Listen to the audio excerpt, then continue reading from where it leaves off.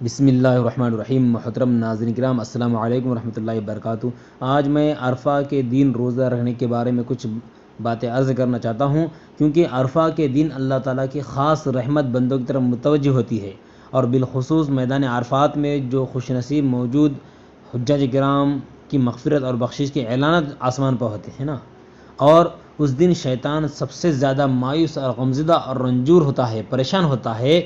کیونکہ آج کے دن اللہ تعالیٰ کی وسیع اور بڑی رحمت اس کی ساری محنتوں کو بیک وقت ضائع اور برباد کر دیتی ہے۔ اس بارے میں جناب نبی کریم صلی اللہ تعالی علیہ وسلم نے متعدد روایت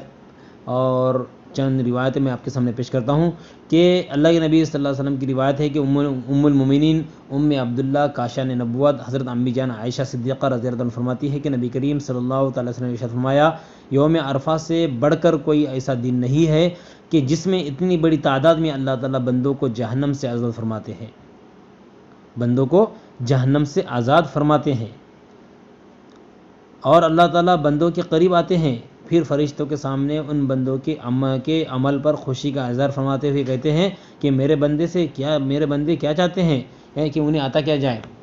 پھر ایک دوسری بات حضرت جابر رضی اللہ عنہ کی ہے کہ نبی کریم صلی اللہ تعالیٰ علیہ وسلم نے ارشاد فرمایا کہ اللہ تعالیٰ کی نظر میں یوم عرفہ سے افضل کوئی دن نہیں ہے، اور اس دن اللہ تعالیٰ آسمان دنیا پر نزول اجلال فرماتے ہیں، اور پھر دنیا کے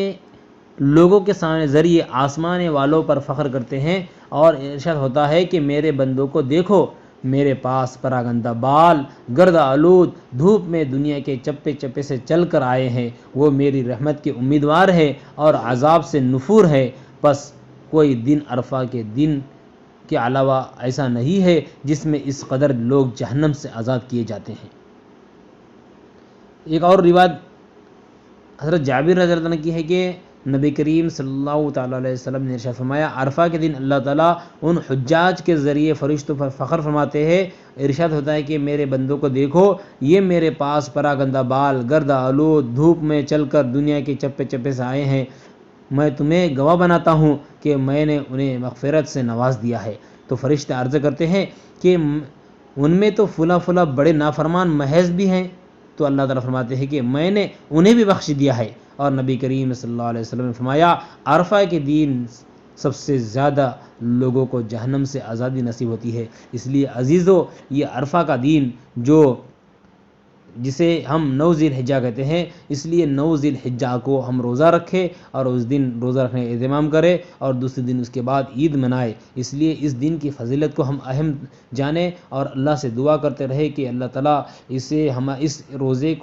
اس روزہ رکھنے کی توفیق عطا فرمائے، اور ساتھ میں اللہ تعالیٰ اس روزے کو ہمارے لیے بخشش کا ذریعہ بنائے اور اسے قبول فرمائے۔ وصلی اللہ وسلم علی نبینا محمد وعلی آلہ واصحابہ اجمعین۔